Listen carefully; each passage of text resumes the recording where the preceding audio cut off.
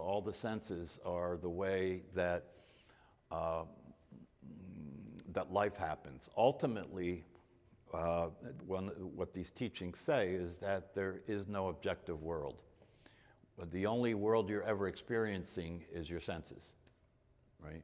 So what you hear is the eardrum, not the sound. You hear the eardrum. What you see is the retina. You don't see the world, you see the retina, right? So all the senses are the way David Radin talks about it is that they're the power of God as a way of imagining reality. The power of God imagining reality. Everybody, in the ordinary way that people understand things, people think that I'm in here, I'm in here, right? But the teachings and the practices reveal that that's just not true. That's a common misunderstanding about the truth. That there is no self in the body. There is no self. In fact, the Buddhist teaching is there is no self at all. Right? There is no one that is separate from everything else. Right? That's what he means. There's no self in the body. If there's a self in the body, then you would think that you're separate from everything else. You're separate from the rest of humanity, and you're separate from the world. The teachings tell us this is a misunderstanding that's given by the I thought. At some point in the life of a human being, the I thought arises, right? And when the I thought arises, that's the idea that there's an I, and that I is separate from everything else, right? But that I thought arises as a thought, right? So the thought itself is generating an idea about, what you are and who you are. No evidence for it at all. There's no evidence for it at all. And yet people live out their entire life as that ghost. People live out their entire life as their personality, and live in the thought process. They live in the thought process. The thought process is interpreting what's happening all the time. And if you look, that's why when we practice meditation, we're practicing moving attention away from that. Why? So we can weaken the mistake. So we can weaken the identity in which you think you are this physical body, and weaken the identity in which you think you're a separate self. Not only weaken it, but if you stay with it, with the practices and the teachings over time, the goal of the whole thing is to dissolve the illusion, to dissolve the idea that you exist in this body and that you're separate from the rest of reality. That disillusion is really what the practice of meditation is all about. That's what the practice is.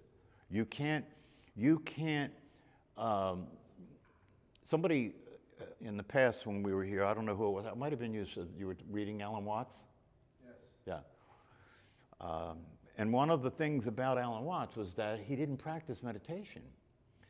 He had an intellectual understanding of the teaching, right? And he defined himself as a philosophical entertainer. Yeah. And his life demonstrated the fact that he may have intellectually understood all this, right?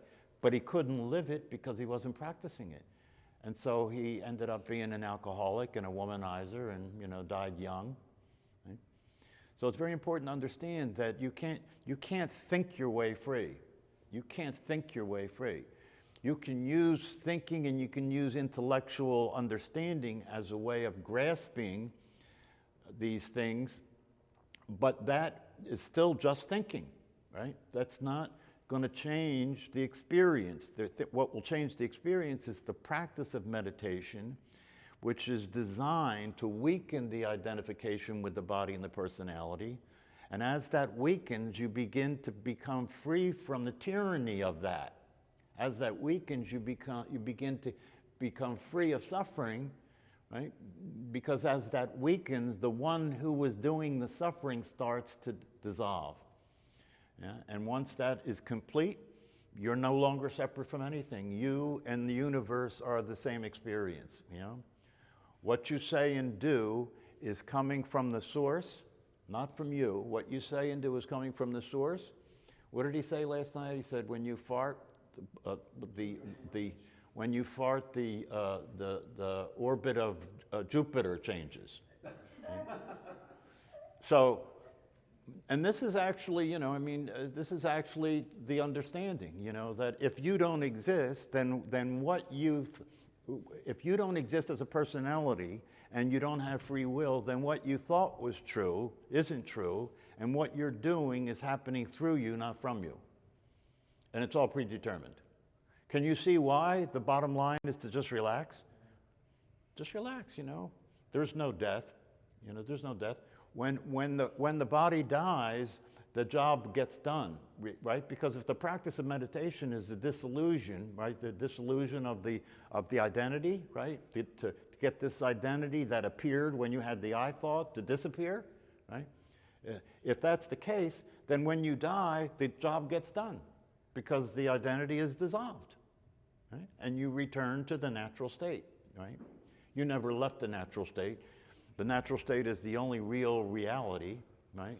And if you can weaken the identity sufficiently during the time the body is alive, you can experience the natural state. You can experience what has been the truth about what you are all along. That's the natural state. Natural in the sense that if something's natural, nothing has to be done for it to happen. It's natural. It's happening on its own, right?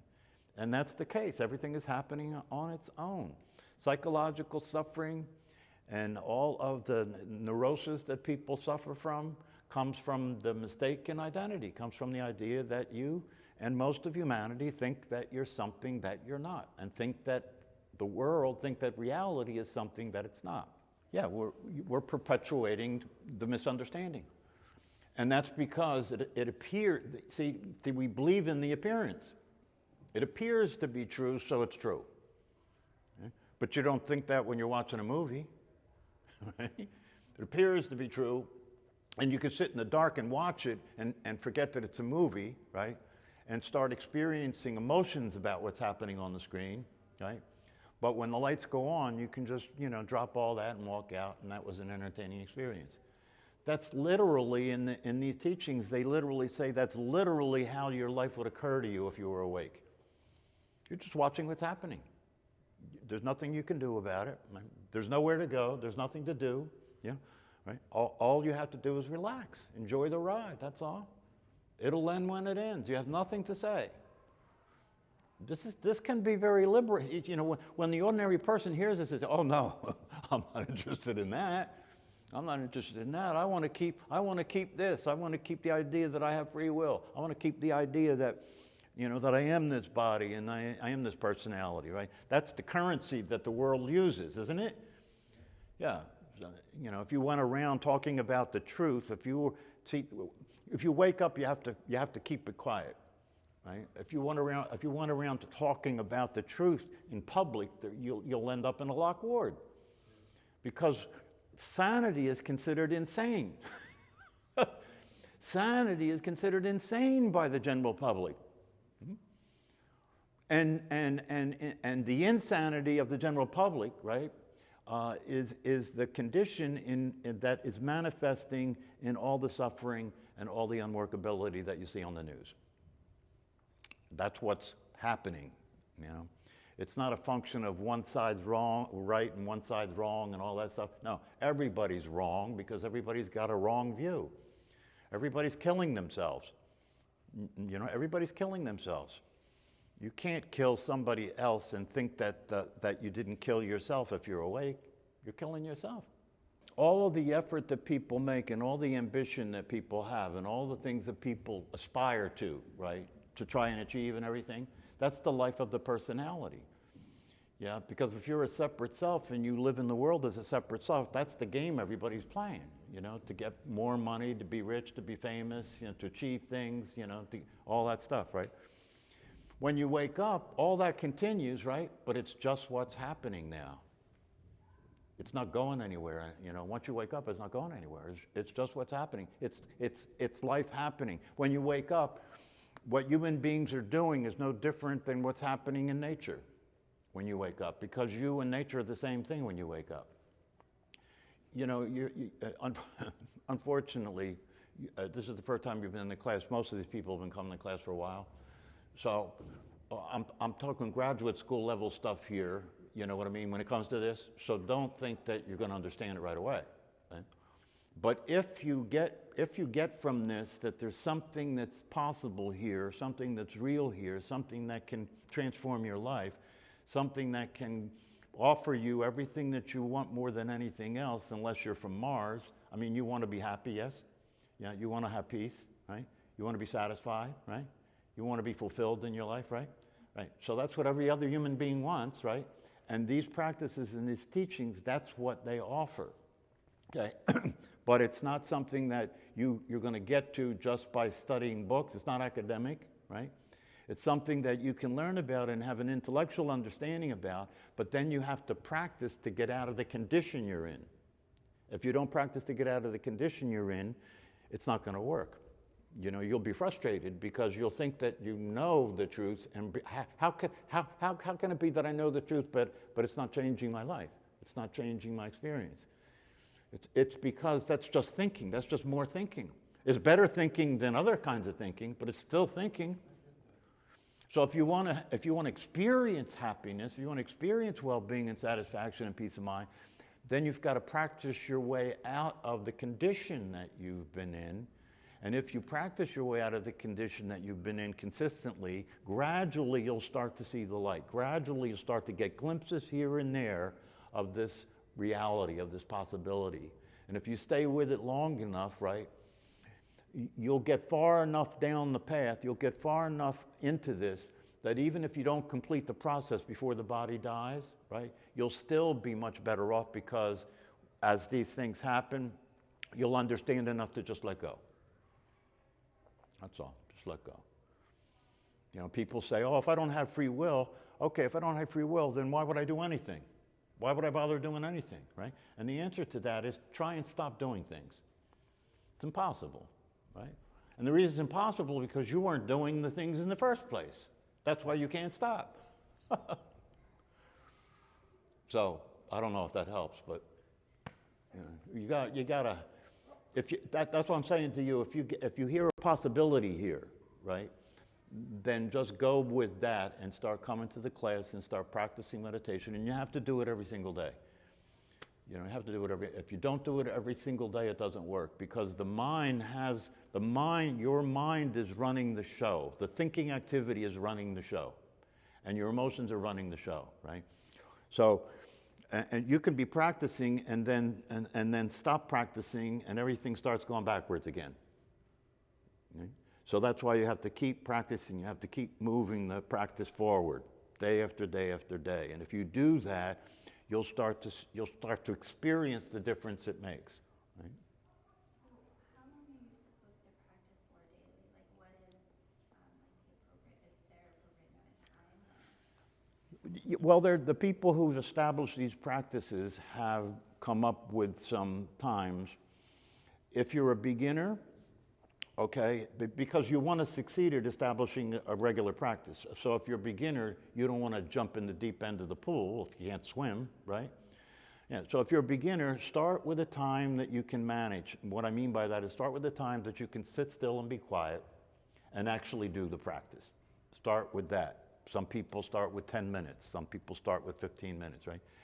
In the Zen tradition, which is what I teach, they have concluded that if you practice about 30 minutes, that's a substantial practice. If you do that every single day, that's a substantial practice, and that will start moving you experientially. Okay? But you got to work up to that. You know, if you start, I remember when I first started to learn about meditation, at the time I was studying Vipassana, which is a different technique than Zen.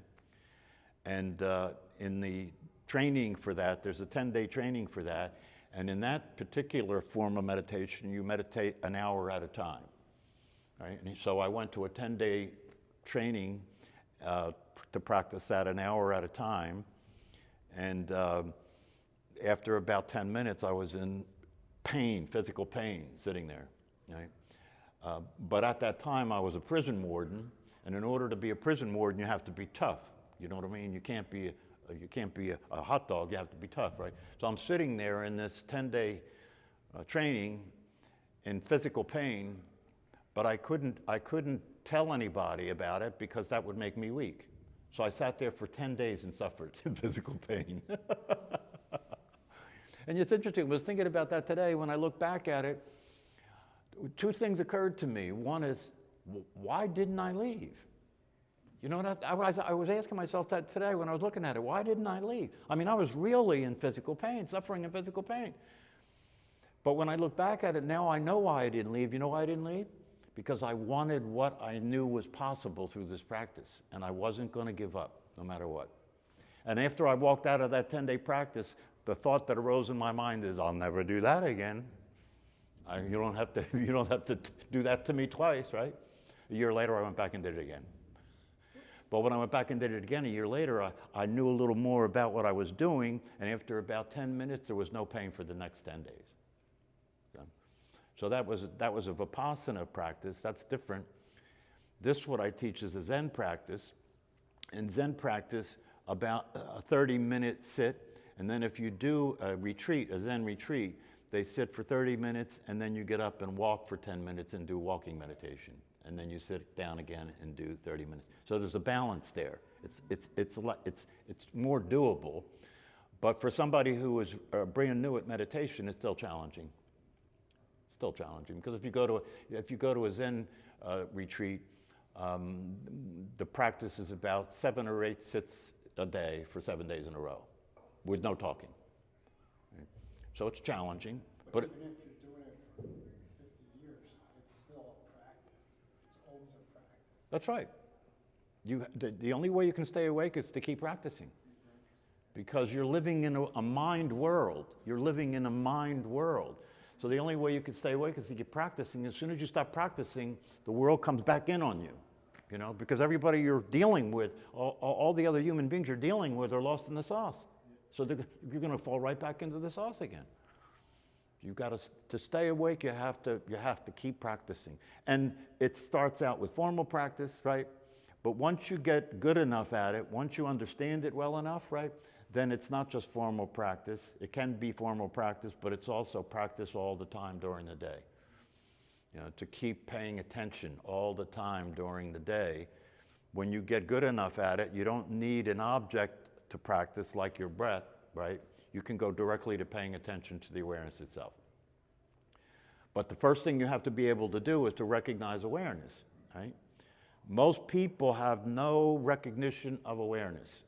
Most people consider awareness to be a quality that the person has. I am aware, right? I am aware. Most people consider that to be the case, right? But most people are totally unaware of the fact that the awareness that we're referring to here is not that conceptual understanding called I am aware. No, it's actually an experience, and that experience is always occurring. The awareness that is your true nature is watching everything that's happening in your life all the time, right? But you're in a thought process, so you're ignoring it. You're in a thought process, and you believe the thought process is real, and you believe you're the personality, so that's where your attention is. You're preoccupied with that. And in the meantime, the awareness that is your natural state, that is your real nature, is watching the whole thing, right? But you're unaware of that because you're busy. And if you practice meditation, you start to wake up and become aware of awareness and realize it's not an attribute that you have as a person, it's what you are. It's what you are. And when you start to experience being what you are, you get the happiness, satisfaction, and well-being and peace of mind. Because the awareness that you are, that's its nature. That's how it is. It doesn't have to do anything to be happy. Its nature is happy. I mean, that's hard for a lot of people to even understand, because if you're brought up in this culture, right, you believe happiness is something you pursue, right? Yeah, you got to get more money to get more of the things you want, and that's called being happy, right? Doesn't work, but everybody ignores whether it works or not. They're too busy trying to do it, to stop long enough to pay attention and realize it's not working. You're never content, you're dissatisfied. You have periods of contentment, right? You have periods of contentment that are separated by experiences of dissatisfaction. And that's what goes on. And the overall experience of it is not fulfilling. So you keep playing in the hope, that someday you'll get there. Somehow, it's not going to happen. It can't happen. And the reason it can't happen more than anything else is because the identity that you've taken on is in the way of the experience of the natural state. Right? So if you get it out of the way by moving your attention away from it, by moving your attention away from the thought process that generates the idea that you're a person and a body, and that starts to get weaker, right? Then this other reality starts to appear. It's been there all along, but it starts to show up now because you're not busy. You're giving it some attention now, right? And you start out by giving it some attention, but gradually by giving it attention, you realize you don't have to give it attention because you are it. You don't have to give it attention because you are it. You are what's been watching your life. You are but what's been aware of your thoughts. You are what's been aware of this body. You are what's been aware of the way the world is appearing. That's what you are. You are the experiencer of that, right? Not the thinker, not the physical body. And when you're experiencing being the experience of that, you're just in a natural state of well-being. And there's no fear. You know, I was listening to Brad Werner talk about, somebody asked him a question about the fear of death, right? That's a big thing. It's a big deal for people, right? And when you're awake, when you wake up to the truth, right, the fear starts to dissipate because you start to understand through the teachings and the practices that death never happens. There is no death. Death never happens. The body dies, but if you wake up to your true nature, if you wake up to the fact that you're the awareness, which is not physical, how's it going to die? It's not physical. So there is no such thing as death, but there will be fear, there will be some degree of fear, even if you're awake and you're not afraid of dying. There will be some fear because the body-mind organism uses fear to survive. So when you start dying, fear will come up, right, as a way of motivating you to do whatever you can to stop this from happening to me, right? So that'll happen no matter how awake you are. But if you're awake and that happens, you understand that that's happening and you won't fall into it. You'll know that it's just the system operating, that's all. Okay. So did I scare you yet? So the idea here is to, if you get the possibility, that's enough for you to start out with this, but you must understand the importance of the teachings. And what do I mean by the teachings? Any teaching that it's mystical Christianity, the Kabbalah in Judaism, Buddhism, Taoism, Hinduism, all these teachings that come from the traditions that have been handed down for thousands of years are talking about reality, are talking about the way things really are. They're not as popular as you would imagine they would be, right? Because people are caught up in a bad dream and they don't know it. They don't know that it's a dream. They think it's reality.